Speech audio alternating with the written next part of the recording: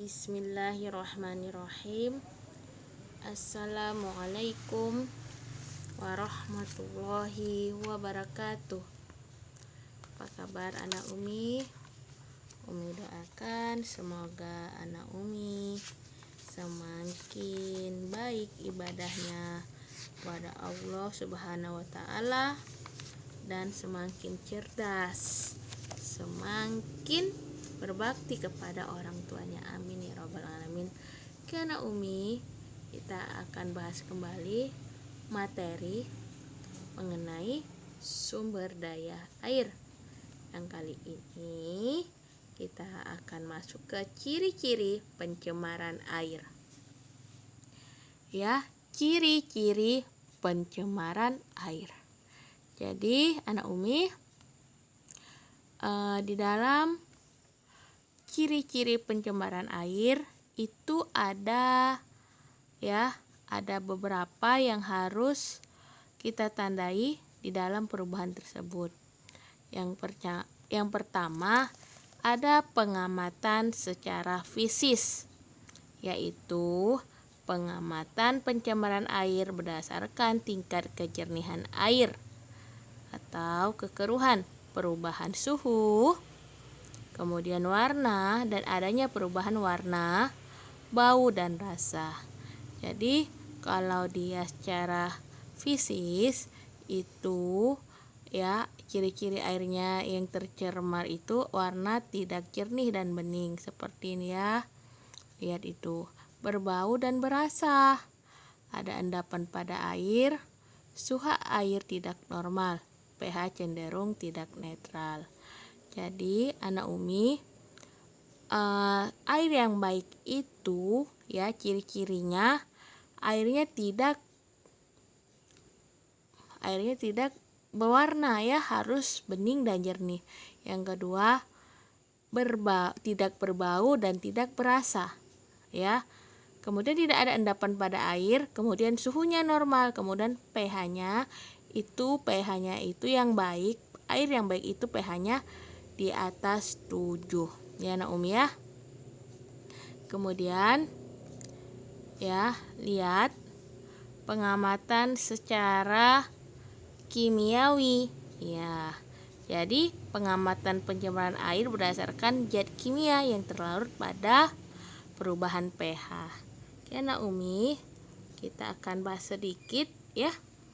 Bentar. Di sini ada Umi pembahasannya. Lihat. Jadi secara kimiawi itu ada beberapa yang harus kita ketahui. Penyebabnya yang pertama dari mikroorganisme ya. Ini dia. Mikroorganisme yaitu pencemarannya merupakan pencemaran yang dilakukan oleh mikroorganisme yang berada di dalam air. Kita semua mengetahui bahwa air merupakan tempat hidup bagi banyak makhluk hidup ya. Jadi di dalam air tersebut tidak hanya binatang-binatang saja yang namun juga mikroorganisme juga tidak kelihatan. Jadi seolah-olah jernih tetapi itu ada mikroorganisme tanpa kita sadarin. Itu kadang airnya jernih, kok bisa membuat kita sakit perut, kok kita menjadi rasanya nggak enak gitu ya. Ternyata di dalam air tersebut ada mikroorganisme, tanpa kita sadari kita minum seperti itu. Jadi diperhatikan kebersihannya ya. Dan kemudian yang sering itu ketika kita air itu berlama-lama di wadah ya, air minum yang berlama-lama di wadah itu membuat endapan mikroorganisme tanpa kita sadarin. Pernah ngeliat kan kayak seperti jentak-jentik seperti itu salah satu itu tadi mikroorganisme tersebut. Jadi anak Umi, teko atau ceret itu harus dijaga kebersihannya ya. Makanya jangan terlalu banyak ngisinya sehingga air tersebut itu tadi terjadi endapan dan membuat air tersebut adanya mikroorganisme pada air tersebut. Kemudian pencemaran air oleh anorganik dan nutrisi tanaman. Itu masih secara kimiawi ya. Ini membuat hewan-hewan di sekitar air itu terkena racun. Biasanya itu terjadi pada lahan persawahan ya, yang karena pencemaran airnya itu diakibatkan dari nutrisi yang diberi kepada tanaman. Itu membuat hewan-hewan di sekitarnya itu keracunan. Kemudian ada pencemaran oleh bahan kimia anorganik. Anak Umi, pencemaran anorganik itu nutrisi sama dengan nutrisi tanaman. Tetapi di sini yang anorganik yang berkaitan dengan aktivitas sehari manusia.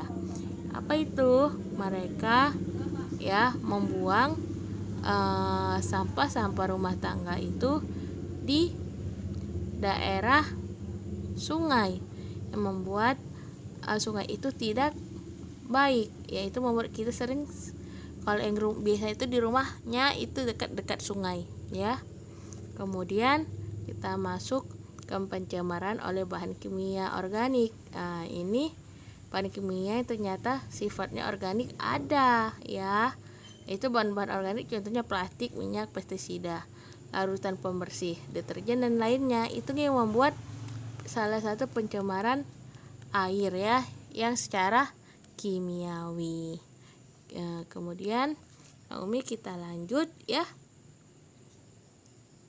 kita kembali ke materi.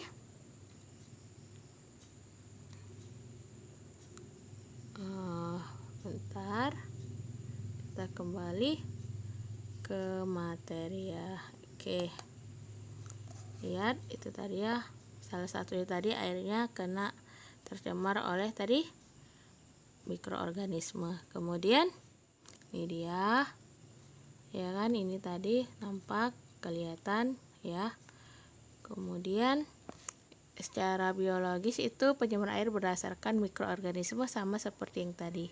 Kemudian kita yang terakhir, indikator yang umum diketahui pada pemeriksaan pencemaran air biasanya itu disebut dengan pH. Jadi anak Umi, di dalam air itu kita bisa memeriksa pH air. Menggunakan apa sih Mi? Itu tadi ada alatnya, alat untuk memeriksa pH air. Itu sih harganya sih lumayan. Biasanya itu dimiliki biasanya oleh petani hidroponik Umi juga pernah ikut pelatihan hidroponik. Itu ada alatnya itu seperti termometer. Itu dijualnya itu di tempat tertentu. Jadi kita bisa mengetahui pH air.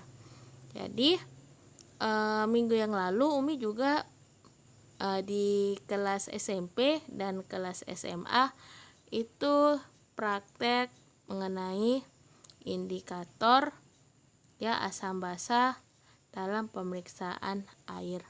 Itu bisa kita menggunakan kertas lakmus. Kalau tidak ada alat ukur pH air, bisa kita menggunakan itu lakmus. Kemarin Umi menggunakan indikator alami di tingkatan SMP dan SMA karena lakmus itu agak sulit kita dapat dibanding jadi menggunakan indikator alami seperti apa, kunyit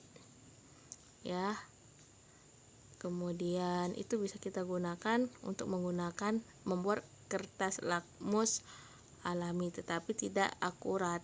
Jadi lebih akuratnya menggunakan apa?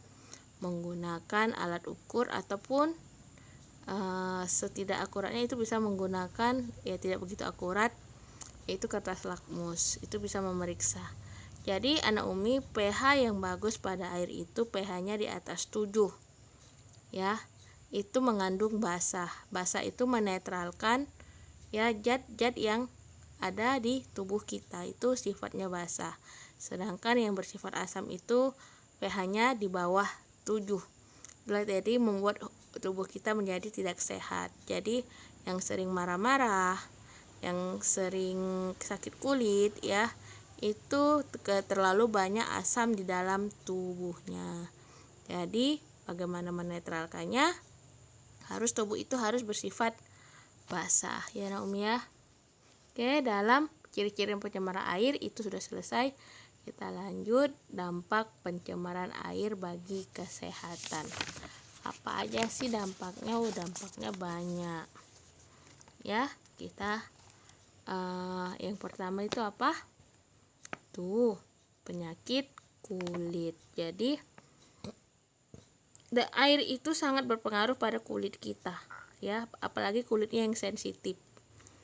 Oke, Umi, kulitnya sensitif jika kena air yang itu tadi, air yang udah terkontaminasi, biasanya itu membuat kulit Umi itu kutu airnya kumat. Jadi Umi nggak bisa kena air becek-becek air hujan, itu tidak bisa. Jadi itu tadi, air itu sangat mempengaruhi itu untuk sakit kulit, kudis, kurap, ya, itu berdasarkan dari kebersihan, ya, kebersihan air, kebersihan tubuh juga. Walaupun kita sudah menjaga kebersihan kulit, tetapi kalau airnya tidak baik, maka itu juga membuat kulit kita tidak sehat. Kemudian apalagi, ya kan nih penyakitnya, ini penyakit kulit ini, ya. Kemudian membuat diare, tanpa kita sadarin itu membuat diare pada tubuh kita. Biasanya itu di daerah laut itu airnya tidak baik. Seperti yang Umi ngajar di Marelan, itu airnya tidak ada yang jernih. Ya, jadi untuk masak, untuk minum itu harus dari RO, air RO, ya. Kalau air di sumur itu airnya kuning, bahkan hitam. Ya, itu tidak baik. Kemudian cara menjaga kelestarian air, ya. Yang pertama itu jangan membuang limbah rumah tangga langsung ke bantaran air, ya, contohnya seperti sungai, ya. Kemudian jangan membuang limbah kimia ke lubang saluran air. Kemudian ketika ada limbah hewan peliharaan, ketika dia